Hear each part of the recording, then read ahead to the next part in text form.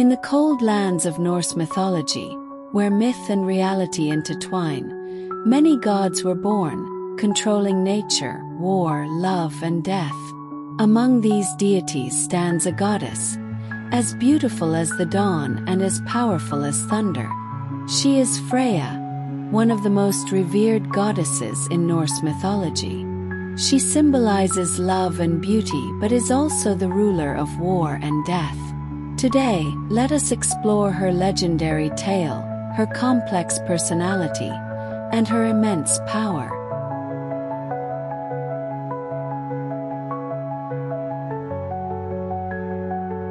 Freyja is one of the most worshipped goddesses in Norse mythology, and her origins are shrouded in mystery and complex backgrounds. She hails from the Vanir, a race of gods distinct from the Aesir. The Vanir are deities mainly associated with nature, fertility, and magic, while the Aesir represent war and order. Freyja's father is Njord, the god of the sea, winds, and wealth. Her mother is not explicitly mentioned in many versions of the myth, though some accounts suggest she was an earth goddess, symbolizing vitality and nature. Freyja also has a brother, Freyr, who represents harvest, sunshine, and prosperity. Freyja's family originally belonged to the Vanir. However, during the war between the Aesir and Vanir, a peace agreement was established.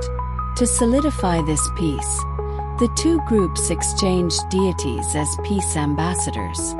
Freyja, her father Njord, and her brother Freyr were sent to Asgard to join the Aesir. Freyja thus became a key figure linking the two groups. She not only embodies fertility, nature, and the power of love, but also demonstrates her strength in war and magic within the ranks of the Aesir.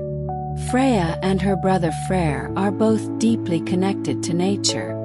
Freyr governs sunlight and harvests, while Freyja represents love, magic, and war. Her beauty and power are admired throughout the 9 realms, and mortals, gods, and even giants are captivated by her. Freyja is not just a goddess of love. She holds a prominent role on the battlefield as well. When wars end, half of the fallen warriors go to Odin's Hall of Valhalla, and the other half are claimed by Freyja's realm, Folkvanger. She shares the souls of the dead with Odin, illustrating her unique dual role in Norse mythology. Beyond her connection to war, Freyja is also the goddess of seer magic, which involves the powers of prophecy and fate. It is said that she is the greatest master of seer and even taught it to Odin. Seer is an ancient magic that can influence destiny, allowing Freyja to foresee the future and control the workings of the world. Freyja's origins highlight her dual identity, as a goddess of fertility and love, as well as a powerful figure capable of controlling the souls of the dead in battle and mastering the prophetic magic of seer. In Asgard, she is not only a symbol of beauty but also a figure of wisdom and strength. In Norse mythology, Freyja's beauty is unmatched. She is often depicted with golden hair and eyes as deep as the ocean. Her beauty transcends mere appearance and symbolizes her inner gentleness and strength. Those who encounter her, whether gods, giants, or mortals, are invariably enchanted by her charm. She often travels in a chariot pulled by 2 large cats, a signature symbol of hers. As her chariot moves through the skies of Asgard, it seems to sprinkle love upon the land below. Wherever Freyja's chariot passes, the air fills with the fragrance of flowers, the trees whisper her name, and birds sing soft songs in her honor. Another of Freyja's magical possessions is her feathered cloak, which grants her the ability to transform into a falcon and soar freely between the 9 realms.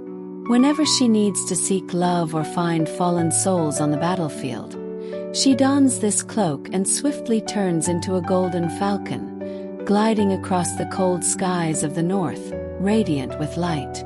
This represents her boundless freedom and independence, as well as her unconstrained soul. As a symbol of love and beauty, Freyja is not only outwardly stunning but also compassionate, which earns her widespread respect. She understands the complexities of love and its many facets. Love is not just a sweet experience but often comes with pain and loss. Freyja once deeply loved her husband, Ar, but he was a god who traveled far and often, leaving Freyja in deep sorrow. Whenever she thought of Ar, golden tears would fall from her eyes, turning into gold upon the earth or becoming amber in the sea.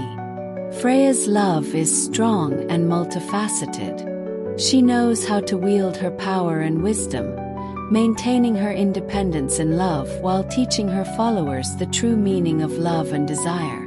Through these stories, Freyja emerges as a profound and multidimensional figure, a goddess of unparalleled beauty and love, but also a symbol of wisdom, independence, and invulnerability.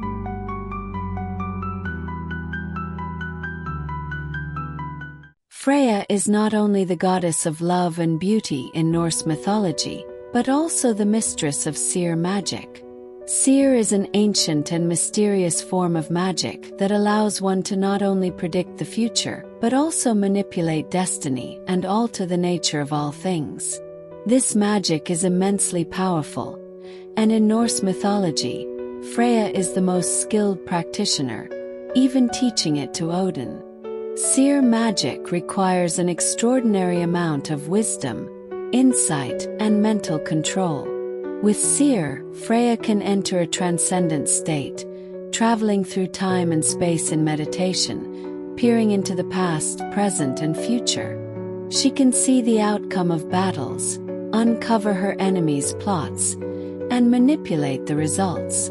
Practitioners of Seer can not only foresee the future but also influence the thoughts and decisions of others, changing the course of destiny. In addition to her mastery of Seer, Freyja possesses another priceless treasure, the Brisingamen necklace. This necklace is not only a symbol of beauty and charm but also a magical artifact. Forged by four dwarven craftsmen known as the Brisings in their subterranean forge, the necklace is made of rare metals and gemstones, glowing with unmatched brilliance. It is said that its radiance can illuminate all of the 9 realms. The Brisingamen necklace is more than just a beautiful adornment. It symbolizes Freyja's authority as the goddess of love and beauty. Anyone who wears it gains irresistible charm and is bestowed with great power and protection, capable of warding off any evil force. For this reason, Freyja would go to any length to obtain it. To acquire this necklace, Freyja made a deal with the 4 dwarven craftsmen, offering her beauty in exchange for the necklace. This event highlights Freyja's dual nature. She is the goddess of beauty and love but also a figure of wisdom and power. She rules the 9 realms with her magic and allure, and anyone who tries to steal her power will feel her wrath and determination. Freyja's story in Norse mythology is filled with romance, mystery, and power, showcasing her multifaceted character. Now let me share a few stories about her.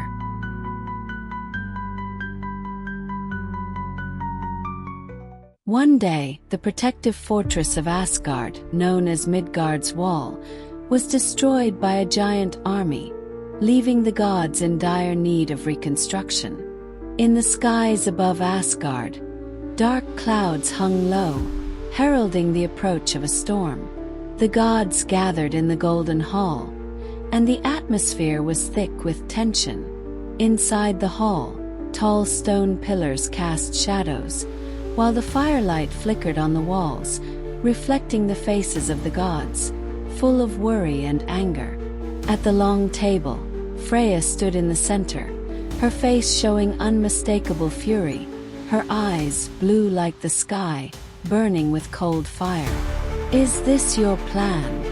Her voice was sharp like a sword, slicing through the silence of the hall. Her gaze swept over the assembled gods before finally resting on Loki, who, at that moment, was smiling slyly, as if everything was under control. It all started with the sudden appearance of a mysterious craftsman, tall and cloaked in black. He cast a massive shadow over the hall when he stepped into Asgard.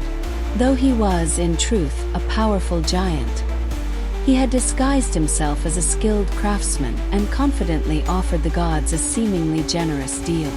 "I can rebuild your damaged wall of Midgard, making it indestructible.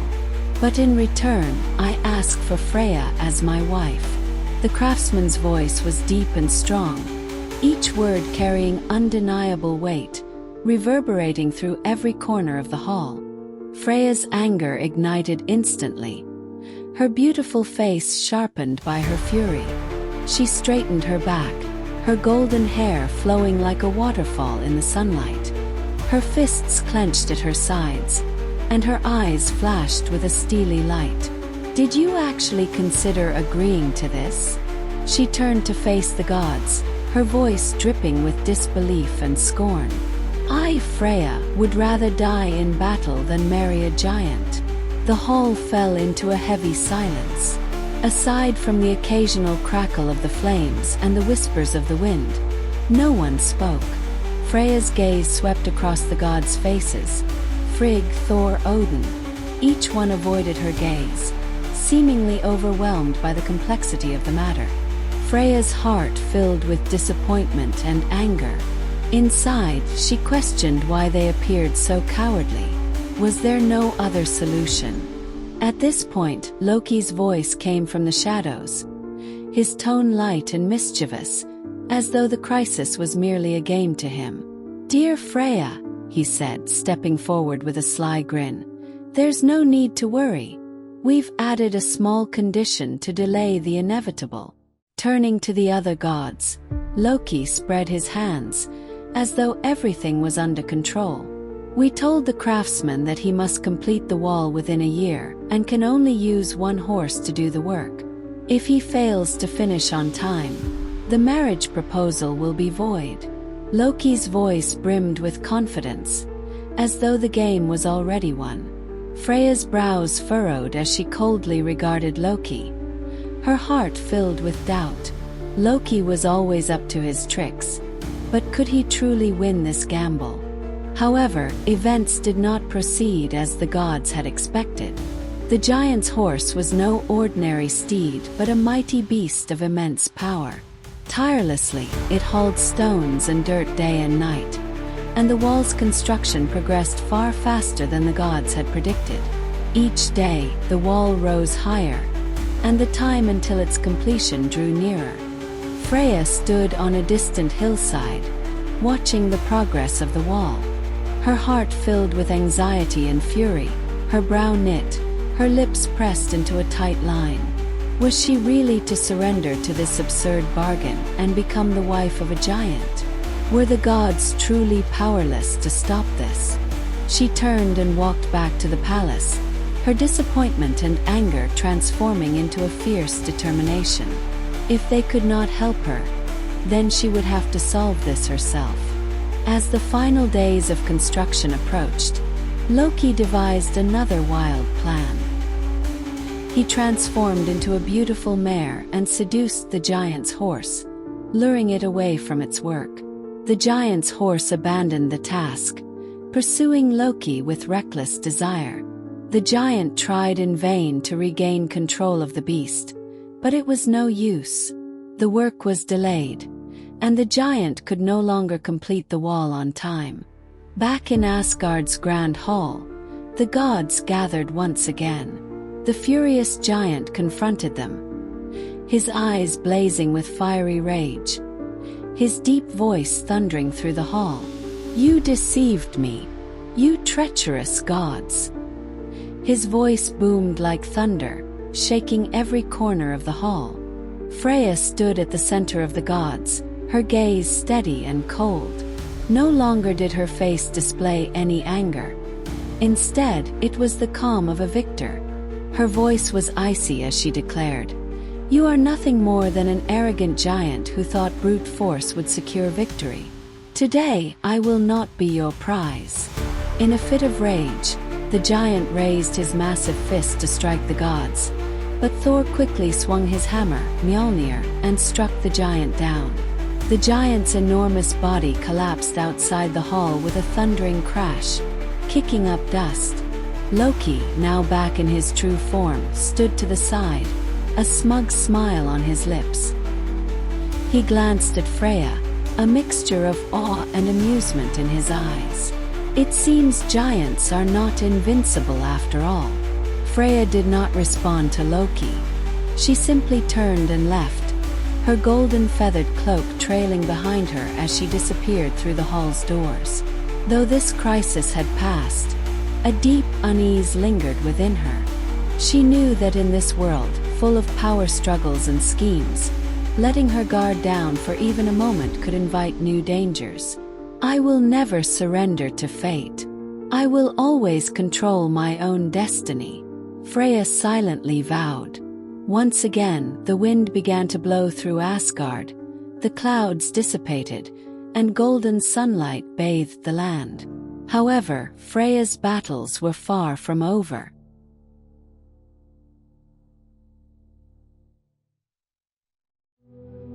The night was heavy, like a thick curtain draped over the skies of Asgard.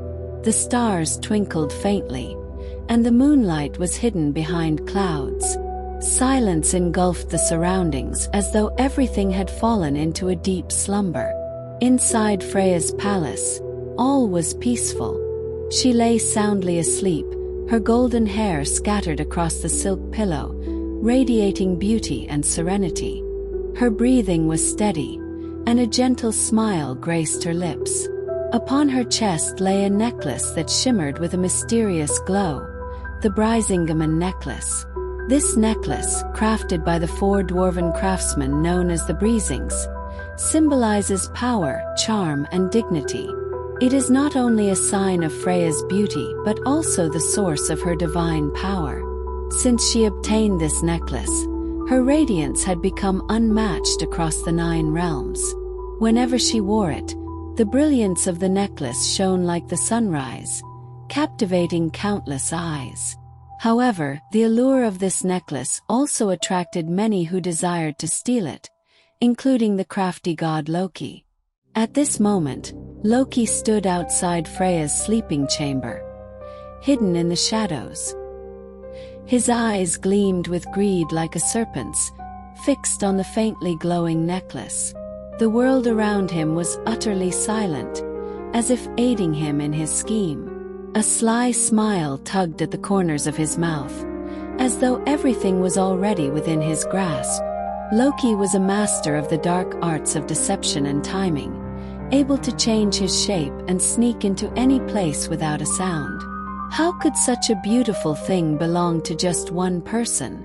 Loki mused, jealousy and desire stirring within him. His intent was not merely selfish. He knew that Odin, too, coveted this artifact. Loki understood that with the power of the Brisingamen necklace, he could plunge Asgard into chaos, or trade it for greater rewards. Loki quietly approached the bed, his eyes glowing with greed as they focused on the necklace. The faint glow seemed to beckon him closer, as though awaiting him to take it. Loki slid up to Freyja's side, making almost no sound. He shifted back into his human form, his fingers deftly reaching for the necklace. So easy, Loki thought, filled with confidence and satisfaction. Freyja, your beauty and power cannot protect you from my cunning. While you sleep in bliss, you have no idea what is happening outside your dreams. He gently unfastened the necklace, feeling a warm surge of power pulse through his fingers, as though the necklace was protesting weakly. A smirk flickered in Loki's eyes as he tucked the necklace into his cloak and quickly shifted back into snake form, silently slipping out of the chamber. Outside, the air remained cold, and Loki vanished into the night, his heart swelling with triumph. He had succeeded, and no one knew what had transpired. Asgard slept on, cradled by the night, and even the wind seemed to cover his escape.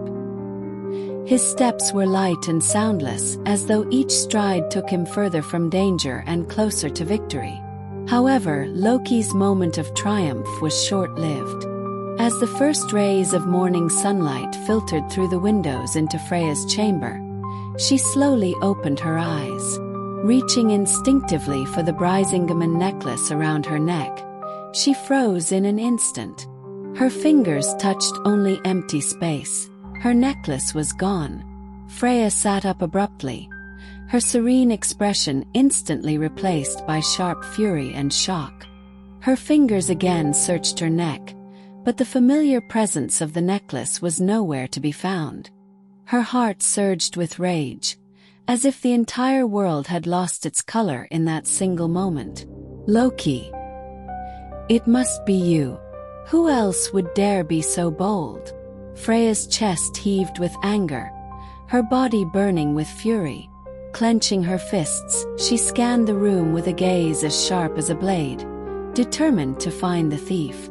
She quickly donned her golden feathered cloak and stormed out of the palace, heading straight for Loki's residence. Along the way, Loki appeared before her, feigning ignorance, his signature sly smile still on his face. "Ah, dear Freyja, what has caused you such distress? Has something important gone missing?" Loki asked innocently, his voice dripping with mock concern. Freyja's eyes blazed with fury, her voice low and dangerous. "Loki, drop the act. I know you stole my necklace. If you don't return it immediately, you will pay a higher price than you can imagine." Loki shrugged, raising his hands in feigned innocence. "I don't know what you're talking about, dear Freyja. You're always so hasty. Perhaps you simply misplaced it somewhere." A surge of powerful magic gathered in Freyja's hands, and the air around them grew thick with tension as the temperature dropped noticeably. Her voice, now a low growl, carried a threat that was impossible to ignore. "Loki, you and I both know the importance of the Brisingamen necklace. If you don't want to taste my wrath, you'd better give it back now." Loki's grin faltered slightly. He knew Freyja was no goddess to trifle with, but he maintained his cunning stance. "Freyja, I'm well aware of the necklace's value. However, it's no longer in my possession. It has already been given to Odin. If you want it back, I'm afraid you'll need to negotiate through other means."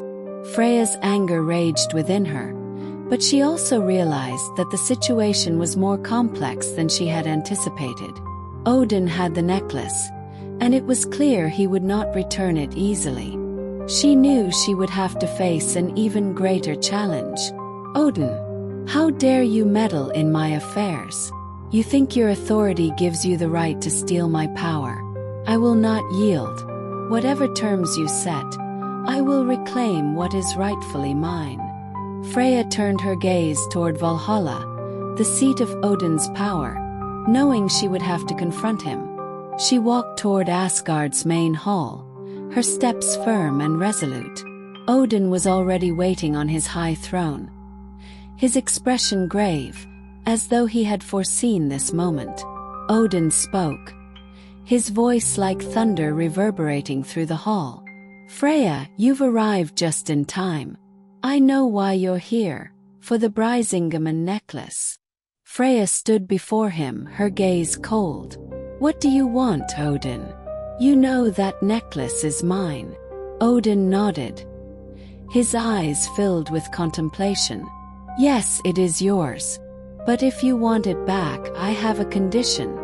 Freyja's expression grew even colder, her voice filled with defiance. "What's your condition?"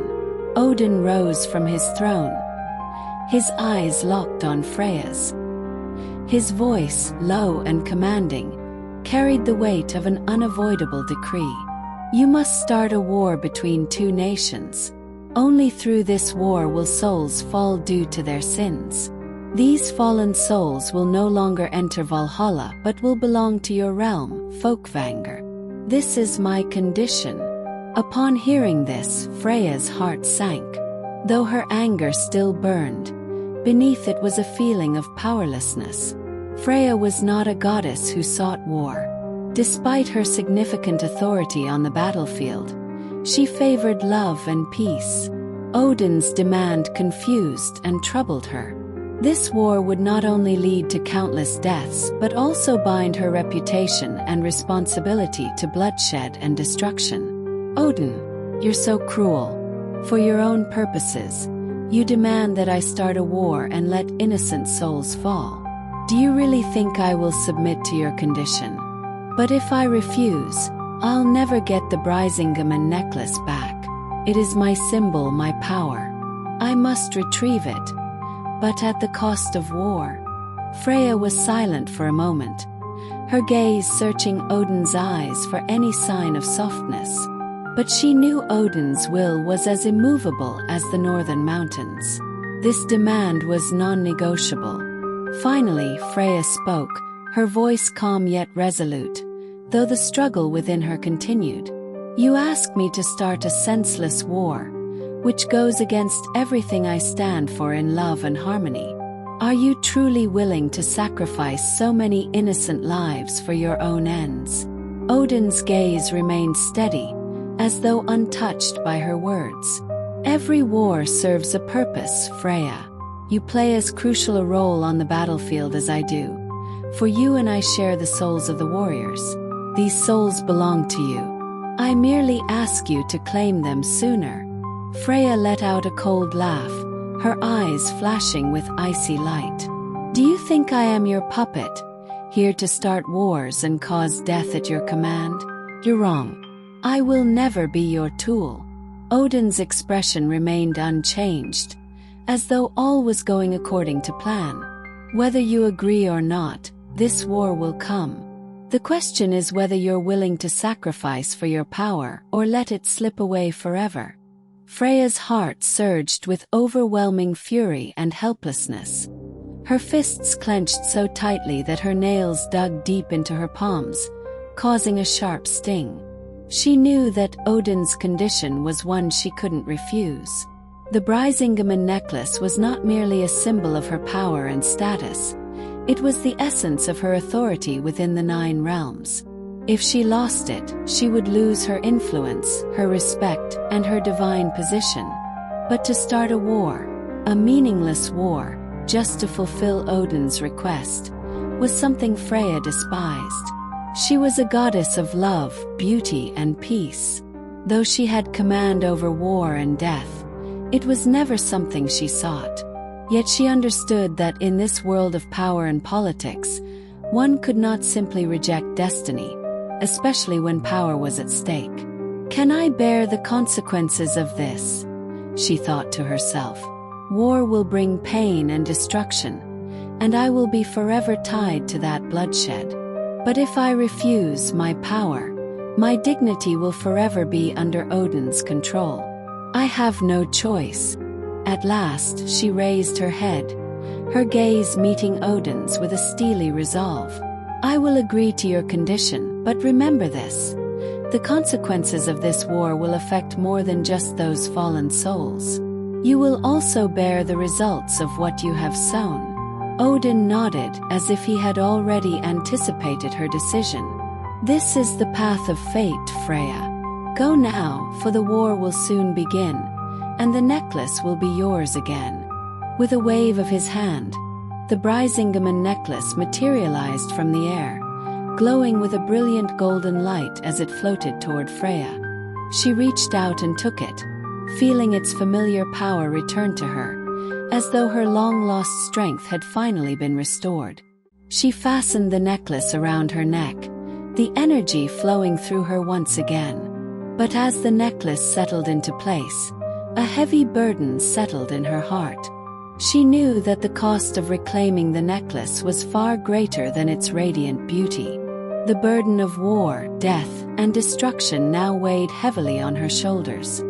Freyja turned and left Odin's grand hall, her steps firm but her heart weighed down as though by a mountain. Her gaze was fixed on the distant horizon, where the battlefield would soon erupt. The shadow of war had already begun to spread over Asgard's skies, and her fate would be rewritten along with the fate of those who would fight and die. I have the Brisingamen necklace once more, but the price I've paid is far greater than I ever imagined.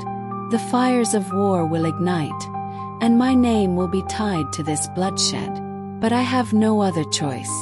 My power, my dignity are things I must protect, no matter the cost.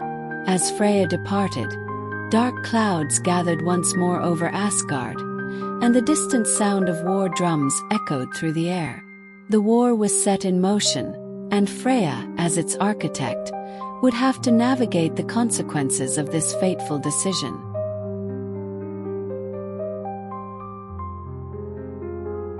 In Norse mythology, one of the most sorrowful tales is the death of Balder, the god of light. Balder, the embodiment of goodness and hope, brought comfort and protection to the gods of Asgard. But when he was struck down by Loki's treachery, his soul descended into the underworld, casting a shadow of grief over the entire divine realm. Balder's mother, Frigg, was heartbroken by her son's death, her sorrow as deep as the sky's collapse. She begged the other gods for help, pleading for someone to journey to the underworld and asked the goddess Hel to release Balder's soul. The gods knew that this would be a perilous journey, for Hel ruled over the realm of the dead, and few souls ever returned from her domain. Freyja, too, was overwhelmed by sorrow. Balder was not only the light of Asgard but also a god she deeply respected. As the goddess of love and beauty, Freyja could not stand to see death so easily claim such a beloved figure. Therefore, she decided to accompany Hermod, the courageous messenger god, on a journey to the underworld to plead for Balder's release. Freyja, too, was overwhelmed by sorrow. Balder was not only the light of Asgard but also a god she deeply respected. As the goddess of love and beauty, Freyja could not stand to see death so easily claim such a beloved figure. Therefore, she decided to accompany Hermod, the courageous messenger god, on a journey to the underworld to plead for Balder's release. The skies of Asgard were dark and heavy, as though the light had vanished with Balder's soul. In the grand hall of Asgard, the gods gathered, Frigg sitting on her throne, her face vacant with grief. Freyja stood by her side, her expression solemn, her heart filled with resolve. Hermod, tall and handsome, with a cloak of silver draped over his shoulders, radiated determination. Hermod spoke, his voice filled with an unyielding force. I will go to the underworld for Balder's soul. I will plead with Hel to release him, though the journey will be difficult. Freyja stepped toward Hermod, her gaze firm but kind. You do not need to go alone, Hermod. I will accompany you to the underworld. I am familiar with the forces of death and souls. Perhaps my presence will aid in our quest for Hel's mercy. Hermod nodded in respect, his eyes flashing with appreciation. Your help will be invaluable, Freyja. The underworld is a realm we do not fully know, but with you by my side, I believe we can find Hel and persuade her. Freyja and Hermod mounted their steeds. Hermod rode Sleipnir, Odin's eight-legged horse, swift as the wind, while Freyja took her chariot, pulled by her two great cats, a symbol of speed and grace in Asgard's legends. Together, they crossed the borders of Asgard, heading toward the land of the dead. The cold wind from the north howled as it swept over them, the scent of ice and snow in the air. The further they traveled, the more desolate the land became. The sky grew darker, and the sun was swallowed by clouds, as if this world was preparing to welcome them to the shadows of the underworld. The presence of death lingers in the air, Freyja thought. This is nothing like Asgard, where life thrives. Every step brings us closer to a world without light. Balder, may you feel the effort we are making to bring you back.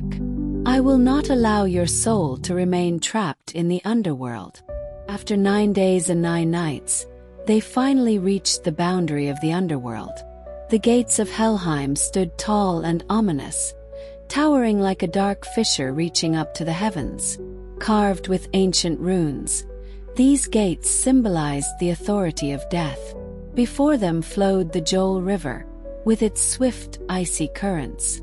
The waters were so cold and forceful that no living being could hope to cross it unaided. Hermod gazed at the river with a flicker of hesitation before steeling himself. He urged Sleipnir forward, and the 8-legged horse glided across the water as if skating on ice. Freyja followed close behind, her chariot floating effortlessly over the rushing waters, protected by an unseen force. At the river's end, they faced the great doors of Hel's domain. Heavy iron chains hung across them, the cold metal gleaming in the dim light. A gatekeeper stood before them, his expression void of emotion, his eyes deep and penetrating. The gatekeeper raised his hand to block their path, his voice cold and devoid of feeling. No mortal or god may enter the underworld lightly. Why have you come? Hermod stepped forward, his gaze resolute. I am Hermod, messenger of Odin, and I have come for Baldur's soul. We request an audience with Hel. The gatekeeper's eyes narrowed slightly, suspicion flickering in his gaze, but at last he stepped aside.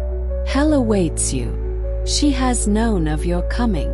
The doors opened slowly, and a chill washed over them as the cold, dark air of the underworld rushed out. Freyja and Hermod stepped through the gates and into the realm of the dead. The world around them was shrouded in shadow and frost. The whispers of countless souls echoed in the air, as though welcoming them to this land of eternal rest. This place isn't as terrifying as I imagined, Freyja thought as they made their way deeper into Helheim. The dead seem not to suffer here, but their souls have lost the brightness they held in life. Baldur, are you among them? I can sense your presence. They continued their journey through the heart of the underworld until they reached the throne room of Hel. The goddess herself sat on her throne, one side of her face as beautiful as the loveliest of deities, while the other was a skeletal visage, representing the balance between life and death. Her gaze was cold and unfeeling as she looked down upon Freyja and Hermod. Hel's voice was like the wind of an ancient winter. Why have you come? You know that the souls who enter my realm do not return. That is the law of death. Hermod stood tall before her, unshaken. Great Hel, we come for Baldur's soul. Asgard is shrouded in darkness without him, and all the gods mourn his passing. Frigg implores you to release him and return him to the light. Hel's expression remained impassive, her voice still cold. The soul of the god of light is no different from any other soul. His fate is the same as all who die. What makes you think you can break the law of death? Freyja stepped forward, her voice soft yet filled with determination. Hel, I know that the law of death is absolute, but Baldur's existence is more than just a matter of Asgard's fate. It concerns the balance of the entire 9 realms. His light is a symbol of hope, and you have the power to decide whether that hope can return to this world. Hel remained silent for a moment, her cold gaze fixed on Freyja. Then, after what felt like an eternity, she finally spoke, her voice still as unyielding as the frost of the underworld. If you wish for Baldur to return, then you must prove that his light is truly wanted by all living things. If all beings in the 9 realms, without exception, weep for his death, I will release him. But if even one refuses to shed tears, he will remain in my realm forever. Freyja and Hermod exchanged hopeful glances. Though Hel's condition was demanding, it was not impossible. Baldur was loved by all living things. His death had cast a shadow of sorrow across the 9 realms, and surely no creature would refuse to mourn him. With a firm nod, Freyja responded, her eyes shining with resolve. We accept your condition, Hel. We will seek the tears of all beings in the 9 realms and prove that Baldur's light is still needed. Hel raised her hand in a slow, dismissive gesture. Go then. But remember, time does not wait. If you succeed, Baldur will return to Asgard. If you fail, he will remain in my realm forever. Freyja and Hermod bowed respectfully before Hel and turned to leave the cold realm of the dead. They mounted their steeds once again, racing back through the desolate lands, determined to gather the tears needed to bring Baldur back to life. The journey ahead will be long and difficult, Freyja thought. But Baldur's light must return. The 9 realms depend on it. No one will refuse to weep for him. Upon leaving Hel's domain, Freyja and Hermod split up, each traveling to different parts of the 9 realms to gather tears from their inhabitants. They visited the realms of mortals, elves and dwarves, even journeying to the icy lands of the giants.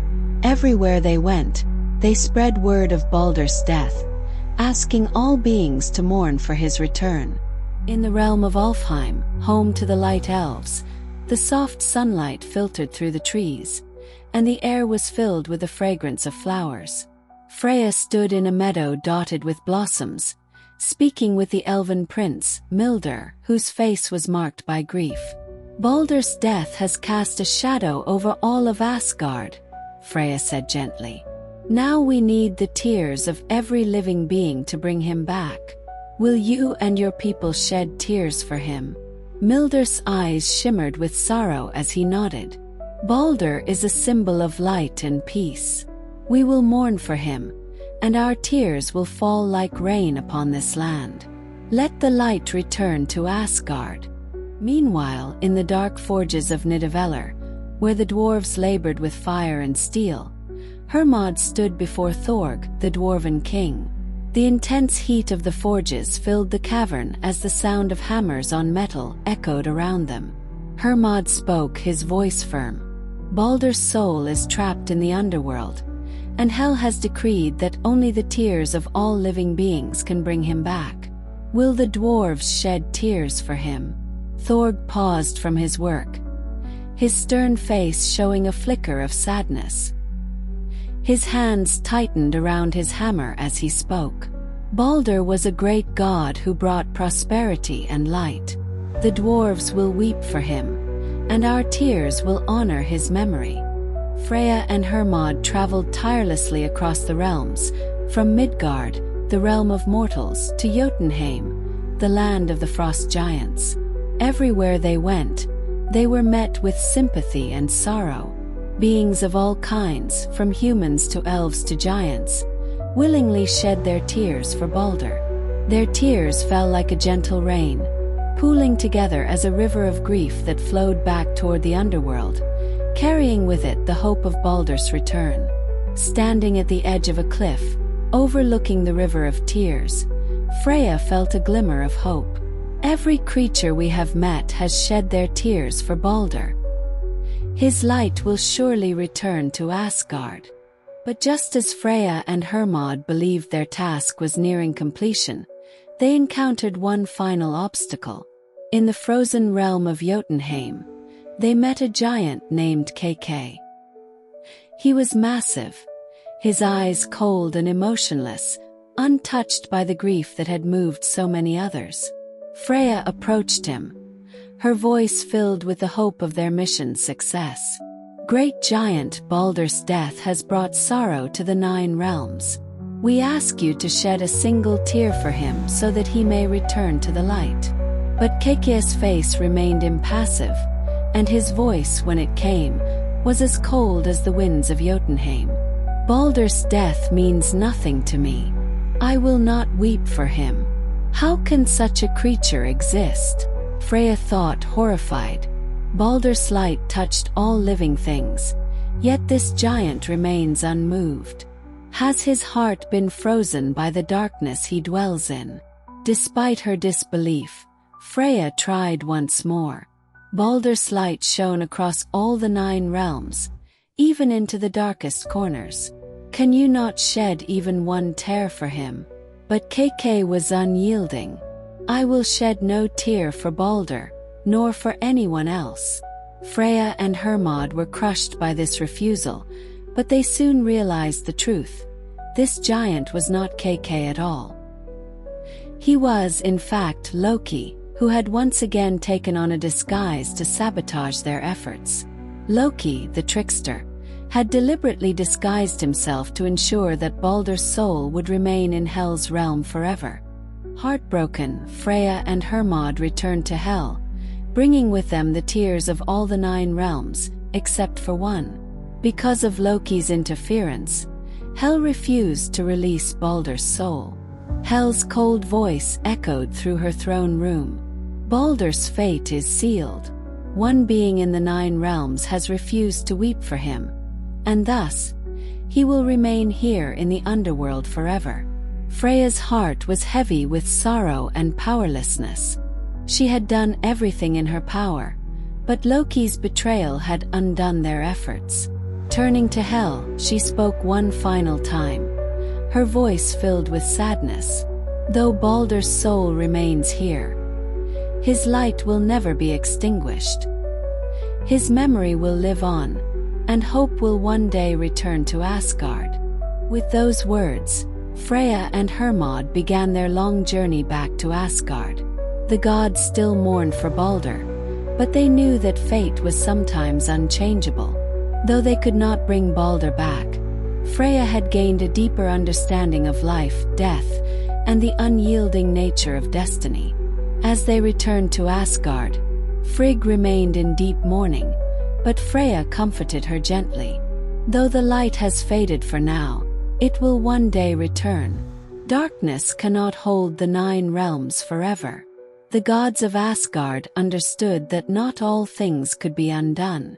Baldur's death was an irrevocable tragedy, yet it reminded them of the preciousness of light and peace. It was a lesson that would stay with them as they continued to face the trials of their world. This journey had shown Freyja and the gods that even in the face of overwhelming odds and the cruelty of fate, the struggle for hope and life would never cease. Ragnarok, the twilight of the gods, was the most feared and anticipated event in Norse mythology. It foretold the ultimate battle that would lead to the destruction of the gods, the giants, and the entire 9 realms. Fire and ice would consume Asgard, the skies would tear apart, and the seas would rise as monsters and gods alike fought their final battle. Even though the gods knew that Ragnarok was inevitable, none could predict its exact time or form. Freyja too would not escape this fate. The signs of Ragnarok began to appear over Asgard. Wolves Skoll and Hati chased the sun and moon, plunging the skies into darkness. The streets of Asgard were filled with uneasy whispers as the gods discussed the looming end. The air was thick with tension and the smell of war, as if every corner of the realm awaited judgment. High in her palace, Freyja stood on a balcony, gazing out over the horizon. Her eyes were filled with both sorrow and determination. The cold wind played with her golden hair, as though it too carried the promise of the coming storm. She knew that Ragnarok was unavoidable, yet her heart was still filled with sadness for the fate of Asgard, the home she had fought to protect. Ragnarok will come as foretold. I've known this fate for a long time. But why must fate be so cruel? I had hoped that love and beauty could triumph over all. But now war and destruction will consume everything I hold dear. Freyja thought, her gaze growing colder as her sorrow transformed into resolve. She understood that while she was the goddess of love and beauty, she also ruled over war and death. In this final battle, she knew she would play an important role. Thor, the god of thunder, approached her, his face grim and his hammer Mjolnir clenched tightly in his hand. He too stared out at the darkening sky. His voice was low and somber. "Freyja, the time of Ragnarok has come. We must fight to defend what remains of our home." Freyja nodded slightly, her eyes still fixed on the horizon. Her voice carried both sadness and strength.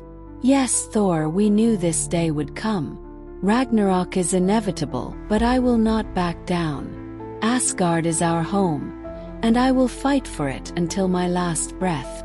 Thor's eyes softened as he looked at Freyja with respect.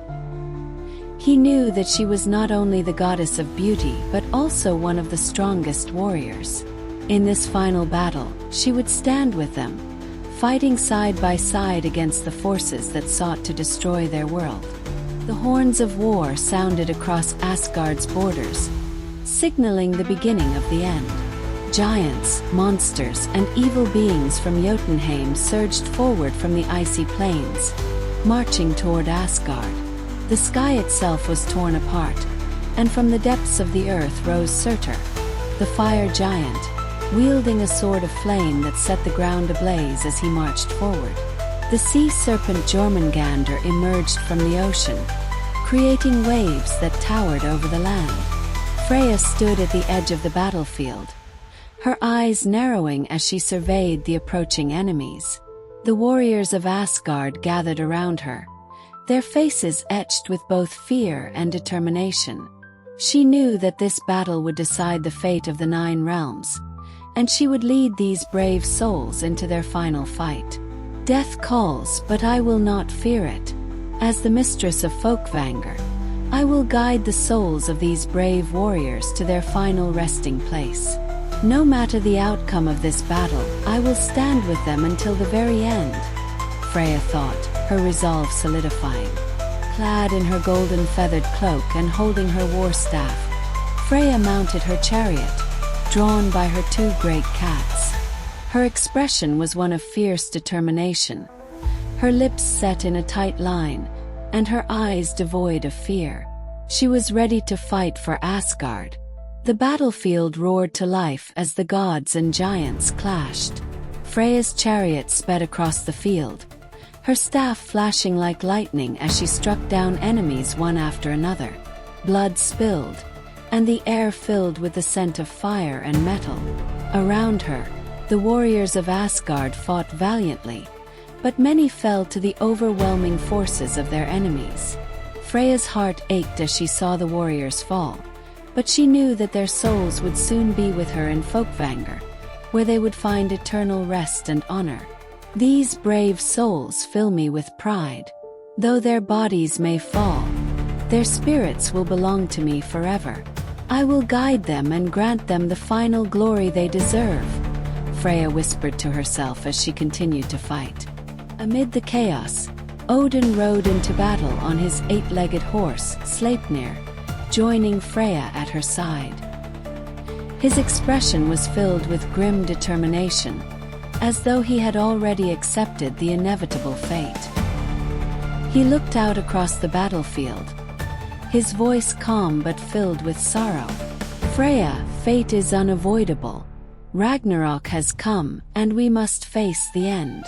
Freyja turned to Odin, her gaze resolute. "I know, Odin. I have never fled from fate. No matter the outcome of this battle, I will fight for Asgard until the very end." Odin nodded, his eyes reflecting the respect he had for her. "You are one of our greatest warriors, Freyja. Even at the end of all things you stand strong. We will remember your strength and beauty, even in this hour of destruction." As the battle raged on, the earth shook and the sky burned. Fire and ice collided, tearing apart the world. Freyja watched as Surtur, the fire giant, continued his march toward Asgard, his flaming sword cutting through the air, burning everything in its path. She knew that this enemy was the key to Asgard's destruction, and if she was to protect her home, she would have to face him directly. Without hesitation, Freyja drove her chariot straight toward Surtur. Her cloak of feathers billowed behind her like a golden flame, her staff raised high as she prepared to strike. Surtur laughed, his voice booming like thunder as he swung his fiery sword toward her. "This is my destiny," Freyja thought, her heart filled with unshakable resolve. "I will not flee from it. Even the power of fire cannot extinguish my spirit. I will fight for love for Asgard until the very end." The clash between Freyja and Surtur was fierce. Her staff met his sword, and the sound of their battle echoed across the 9 realms. Fire blazed around them, consuming everything in its path. Freyja fought with all her strength, but Surtur's power was overwhelming. His sword of flame pierced through her defenses, and her golden cloak was consumed by fire. With a final powerful strike, Surtur's sword pierced through Freyja, and her body fell to the ground, her radiant form swallowed by the flames. As Freyja fell, the battlefield grew quiet, as if time itself had frozen. The flames still burned, and the air was thick with the stench of death, but Freyja's spirit did not disappear. Even as her body lay broken, her soul rose from the ashes, glowing like a golden star in the night sky. Her eyes, filled with peace, looked out over the battlefield one last time. "My body may perish, but my spirit will never die. Though Asgard falls to flames, love and light will rise again. Every end is a new beginning," Freyja thought, her soul ascending above the destruction. Freyja's soul hovered above the battlefield, shining like a beacon of hope amidst the chaos. She gazed down at the fallen warriors, their brave spirits now ready to join her in Folkvanger. She knew that, though the end of Asgard had come, her duty as their guide and protector would continue. These warriors fought with honor, and now they will rest in Folkvanger. "I will lead them to their final home, where they will find eternal peace," Freyja whispered. As she floated above the battlefield, Odin's spirit rose as well. He had fallen in battle against Fenrir, the great wolf, but his soul, like Freyja's, retained its power and dignity. Their spirits met above the battlefield, and they shared a solemn, knowing glance. Odin's voice echoed softly through the air. "Freyja, the final fate has come. Ragnarok has taken us all. The age of Asgard is over." Freyja nodded, her voice filled with quiet strength. "Yes, Odin, Asgard's fate is sealed. But even in this, love, wisdom, and power will not perish. After the darkness, light will return." Odin looked out over the ruined battlefield, his eyes reflecting the depth of his thoughts. "The era of the gods has ended, but the world itself will not cease to exist. From the ashes, new life will emerge. New gods, new beings will rise to rebuild the world." As the flames of Ragnarok slowly began to subside, and the ashes of Asgard settled, new life began to stir. From the scorched earth, green shoots pushed through the soil, symbolizing the birth of a new world. Freyja's spirit, still glowing like a golden star, watched as the first signs of renewal spread across the land. "Every ending brings a new beginning.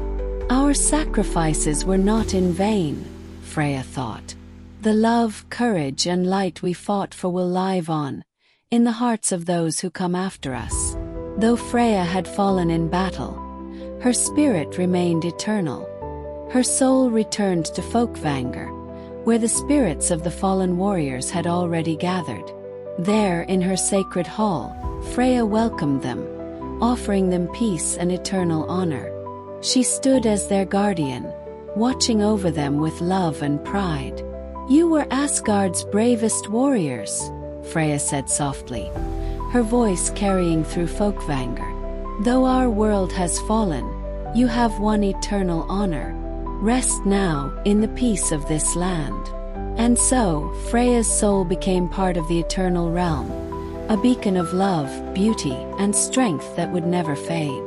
Even as the world was reborn from the ashes of Ragnarok, her legacy lived on in the hearts of all who remembered her. "Though my body has perished, my spirit remains," Love and light will never be destroyed. I will forever guard those who fight for love and glory until the end of time, Freyja vowed in her heart. As time passed and the 9 realms began to heal from the devastation of Ragnarok, new life flourished and new gods emerged. Freyja's name echoed through the halls of the new world, her legend becoming a symbol of love and light in a world that had once been engulfed by darkness. Freyja's story did not end with her fall in Ragnarok. Instead, she became a part of the new world that rose from the ashes of destruction. Her spirit, filled with love, wisdom, and strength, continued to shine brightly, reminding all beings of the importance of love, sacrifice, and the resilience of the soul. In the new world, Freyja's name was whispered with reverence, and her legacy became a guiding light for those who sought love and peace in the aftermath of the gods' fall. Though Asgard had been reduced to ruins, and the age of the old gods had ended, Freyja's spirit endured, carrying with it the hope of rebirth and renewal. Every end marks the beginning of something new, Freyja thought, watching over the new world from her place in Folkvanger. Though we gods have fallen, the love we carried, the battles we fought for honor, and the sacrifices we made will never be forgotten. They will live on in the hearts of those who rebuild. The new world began to flourish, and Freyja's legacy was woven into the very fabric of the land. New gods and beings arose, and though their powers and roles were different from those of the old gods, the essence of Freyja's love and light permeated everything. In times of darkness, her story reminded them that no matter the destruction, love and hope could never truly be extinguished. In the new world, the warriors who had once fought alongside Freyja in Ragnarok were honored in Folkvanger. They were remembered for their bravery and sacrifice, and Freyja continued to lead them in spirit, offering them the eternal peace they had earned. "Rest now, brave warriors," Freyja would say as she gazed upon them with pride. "Your souls have found their place here in Folkvanger, and I will continue to guard you. Though the battles have ended, your honor will live on forever." Freyja's spirit, now intertwined with the essence of the new world, watched over the land as new generations rose to rebuild what had been lost.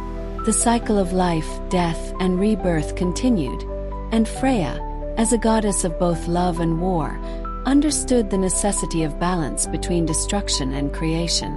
The new gods who ruled over the world revered Freyja as a symbol of eternal love, beauty, and strength. Her name became synonymous with resilience, the undying flame of hope, and the power of sacrifice. Her tale was passed down through generations, becoming a legend that inspired mortals and gods alike to face adversity with courage and grace. "My name may become a memory, but my spirit will always live on," Freyja thought, her soul glowing with the soft light of the dawn. "Love, strength, and wisdom are the gifts I have left to this world. They will guide all who come after, through every challenge, every battle, and every rebirth." In this new world, Freyja's presence was felt in every breeze, every sunrise, and every moment of peace.